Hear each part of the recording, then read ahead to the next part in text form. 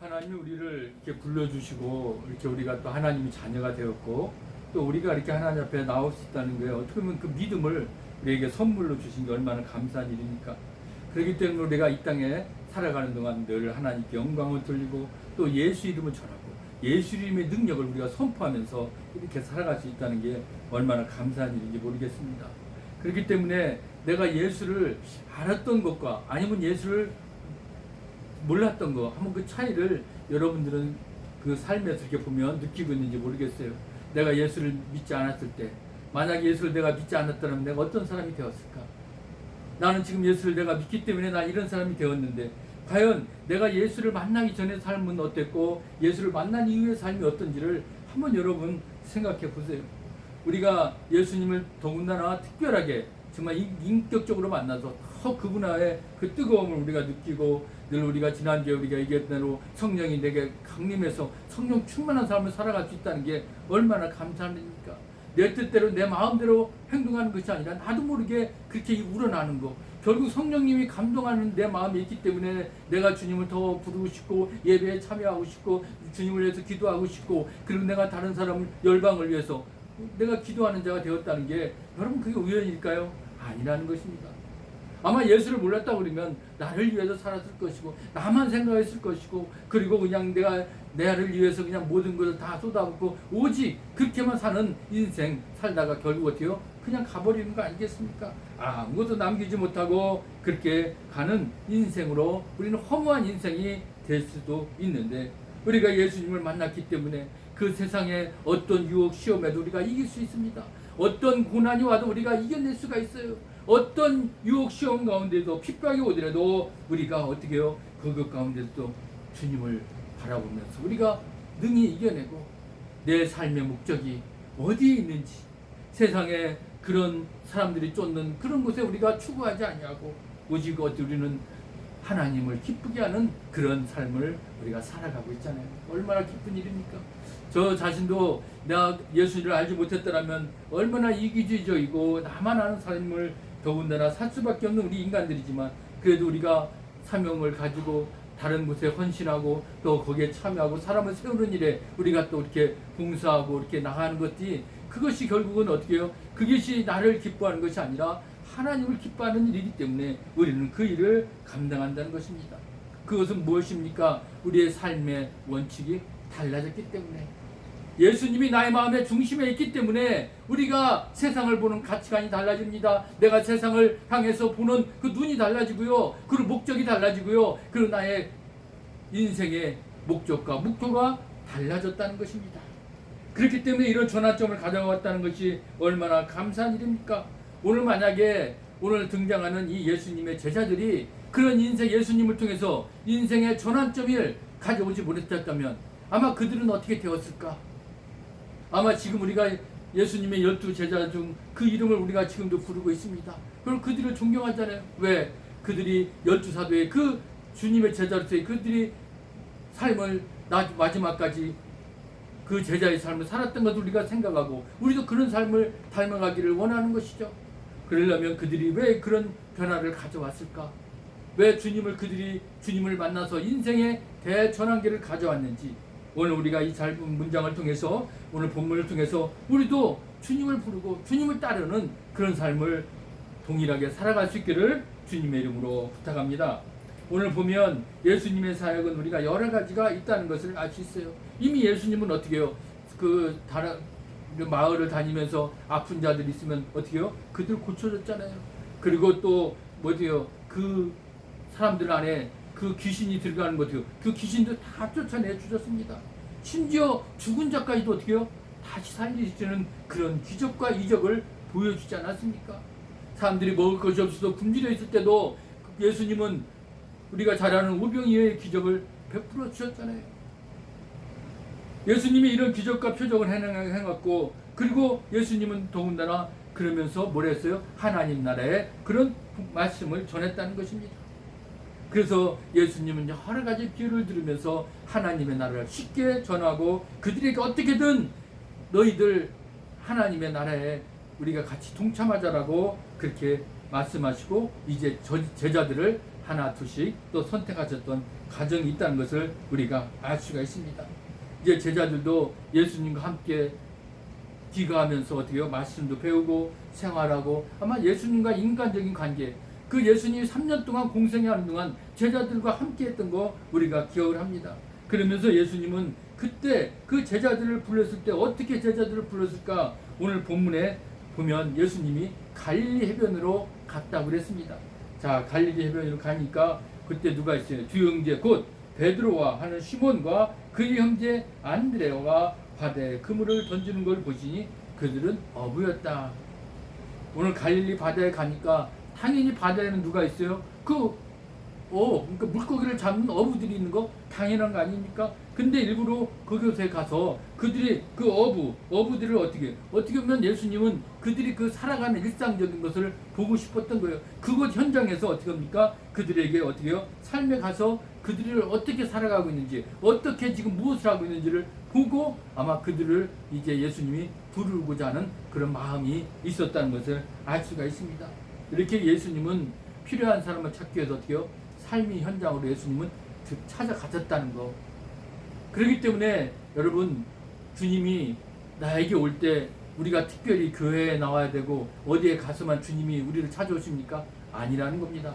내가 있는 삶의 현장에 주님은 그곳에서도 우리를 부르신다는 거예요.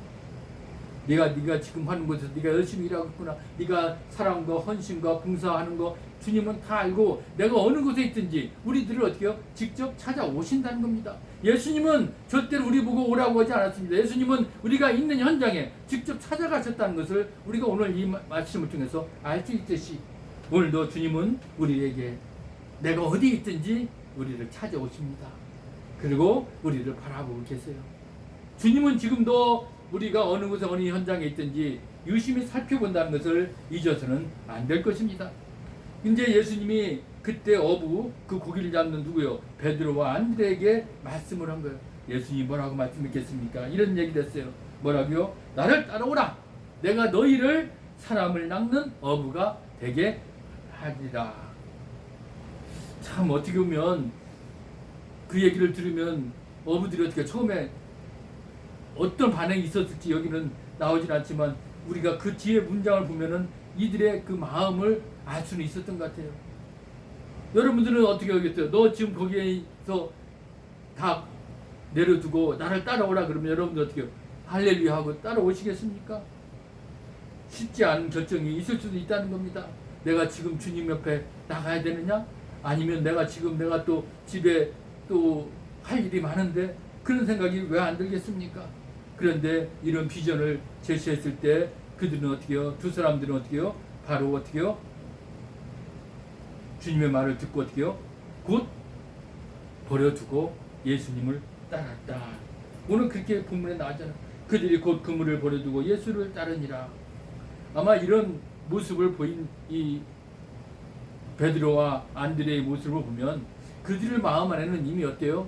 이미 주님이 어떤 분인지를 알고 그리고 그들 마음은 이미 어때요? 준비된 자의 마음의 모습이 있지 않았나 생각이 듭니다. 그렇기 때문에 오늘 이 예수님의 말을 들은 베드로와 안드레는 주저없이 그냥 지금 고기를 잡는 어부는 어때요? 그물을 지금 그게 생명이잖아요. 그물이 있어야 고기를 잡고 그들이 생업이 먹을 수 있고 그들이 가족이 아마 어떻게 보면 이 어부들은 생업이기 때문에 가족을 먹여 살릴 수 있는 그런 어떤 귀한 자신들의 그 적인데도 어떻게 해요? 그것을 다 버려두고 예수님을 따랐다. 결국 그들은 예수님의 말씀을 어떻게 해요? 하나도 지체하지 않고 바로 순종했다라는 것이죠. 결국 이 베드로와 안드레의 마음에는 주님이 부르심을 받아 바로 순종한 그 행동으로 옮기면 그래서 그들 안에 그 가지고 있던 것을 표현한 것이죠. 늘 우리가 이 본문을 볼 때마다 늘 부끄럽게 우리는 생각합니다. 저도 마찬가지고요. 하나님이 부르셨다 그러면 네가 있는 곳에서 다 내버려 두고 지금 네가 어디 곳에 가라 하면 너 가겠느냐? 그러면 우리가 순종하면 가겠다고 하지만 과연 얼마나 우리가 순종하면서 그 일을 감당하고 있습니까? 오늘 이 베드로와 안드레는 그야말로 자신들의 모든 것을 다 내버려 두고 그냥 주님에게 따라갔습니다. 우리가 주님이 말씀하시면 결국 우리는 어때요? 결정은 어떻다고요? 빠르면 빠를수록 좋습니다. 바로 행동으로 옮겨지는 모습이 보여져야 어때요? 그때 기쁨이 더 많아진다는 거. 우리가 오늘 이 본문을 통해서 다시 한번 이 베드로와 안드레는 어때요? 예수님이 말씀할 때 한치도 그들은 어때요? 주저하지 않았다는 것입니다. 그들은 그대로 지금 있는 상태를 다 내버려 두고 그들은 가게 되죠. 그리고 이제 예수님은 베드로와 안드레를 부르신 후에 갈릴리 해변을 더 걸어가게 됩니다. 그때 또 다시 바다에서 어떻게 고기를 잡는 어부들을 본 거죠. 그때 세베대의 아들 야고보와 요한의 아버지와 함께 그물을 감고 있다라고 오늘 본문에 나오잖아요. 또 다른 어부들을 또 있으니까 또 얘기합니다. 그 야고보에게 그리고 형제 요한 그의 아버지 세베대와 함께 배에서 그물 던지는 걸 보시니 그들을 어떻게요? 또 부르셨다는 것입니다. 어떻게 보면은 그들도 지금 마찬가지죠. 이들도 어떻게 보면 생업으로 고기를 잡아야 모든 것을 할 수가 있을 것입니다. 그래서 그들에게 어떻게 보면 지금 다가가서 지금 너희들이 계획하고 있는 하나님이 계획하고 준비된 것이 있다. 그러니까 어떻게 해요? 이제 너희들 이제 나의 부름을 또 받으라고 또 지금 말씀하고 있는 것입니다. 어떻게 보면 예수님은 필요 없을 곳에 항상 찾아가서 사람들을 부르고 있는 그런 모습을 우리가 알 수가 있습니다. 결국 예수님은 하나님 나라의 확장을 위해서 필요한 사람들을 지금 찾으러 갔고 그곳에서 부르고 계시다는 것을 우리가 알 수 있습니다. 하나님 나라는 어떻게 해요? 한 사람으로 하는 게 감당이 아니라 필요한 자들을 동역자들을 계속 찾아서 더 준비시키는 그런 모습을 우리가 알 수가 있습니다. 그렇기 때문에 예수님은 꾸준하게 지금도 우리를 부르고 있어요. 지금도 하나님이 필요한 일에 하나님의 일에 합당한 사람을 지금도 예수님은 찾아가서 부르고 계시다는 것을 우리가 알 수가 있습니다. 그렇다면 그럴 때 우리가 그 부름에 나는 어떤 응답을 해야 될 것인가? 오늘 그것이 오늘 우리들에게 주시는 귀한 말씀이죠. 그때 이 본문에 보면 이들이 보여진 행동이 나오고 있습니다. 그 행동이 무엇입니까? 그들이 곧 배와 아버지를 버려두고 예수를 따르니라. 쉽지 않은 결정이었을 것입니다. 어떻게 보면 그들은 고기를 잡아야 가족이 행복하게 먹고 살 수 있는 그 길인데 그것을 포기하고 어떻게 보면은 부모까지도 다 버려두고 주님이 오라니까 그냥 갔다는 예수님을 따랐다는 이 말씀.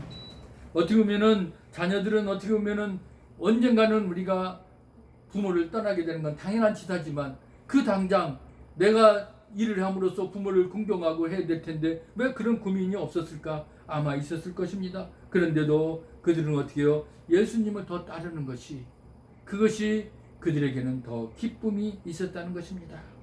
그래서 그들은 배와 아버지를 버려두고 이제 따랐다는 것을 보면 그들은 예수님을 따르는데 그냥 헌신, 희생이 필요하다는 것을 알 수 있습니다. 그냥 따르는 것이 아니라 결국 그의 포기, 내가 주님을 따르는 데 있어서 결국 내가 가지고 있는 거, 내가 누리고 있는 거, 그리고 내가 지금 소중한 것도 어떻게 해요? 포기할 필요가 있다는 것을 우리가 오늘 이 말씀 중에서 다시 한번 되새겨 보는 것입니다. 베드로와 안드레, 야고보 같은 그런 요한, 어떻게 보면은 그들은 지금 내가 먹고 살고 하는 이 어부의 일이 절실하고 필요했을 수도 있습니다. 그렇지만 그들은 그것까지도 어떻게 해요? 다 포기했습니다. 포기하고 지금 누구요? 예수님을 따르는 그런 삶을 했다는 것이죠. 예수님의 영광을 포기하고 세상에 오셨으니까 결국 우리도 어떻게 해요? 우리도 내가 가진 거 포기하고 예수님을 따라야 되는 그런 삶을 우리가 살아야 되지 않겠습니까? 어떻게 보면 영원한 미래가 우리 앞에 있으니 그것을 우리가 따른다는 거 어떻게 보면 당연합니다. 그런데도 그게 쉬운 일이 아니잖아요. 지금도 네가 주님께서 나를 따라오라 그러면 과연 우리가 얼마나 내가 있는 걸 다 내려놓고 주님을 따를 수 있는 그런 우리가 준비가 되어 있는지 늘 우리 마음 가운데 우리가 한번 점검해보고 오늘 이 예수님의 제자들이 예수님의 부름에 이렇게 순종한 이들을 보면서 우리가 어느 곳에 무슨 일을 하든 주님이 부르신다면 주님, 내가 오늘도 주님의 그 기쁨이 되기 위해 오늘도 나아가겠습니다 하는 그런 마음을 우리가 가지고 있는지 우리 한번 오늘 점검해보는 시간이 필요할 줄 믿습니다. 분명히 예수님은 찾아가신다는 거예요. 오늘 우리들에게도 찾아오실 겁니다. 내가 어느 곳에 있든지 내가 무슨 일을 하든지 주님은 우리를 부르고 계십니다. 그럴 때 주님이 주신 그 미래와 비전을 가지고 우리가 붙잡고 주님 내가 여기 있습니다. 그러면서 과연 나는 얼마나 모든 것을 내려놓고 주님을 따르는 그런 삶을 살아야 될지. 분명히 주님은 그런 사람을 제자로 삼으셨고 또 귀하게 사역을 했다는 거죠.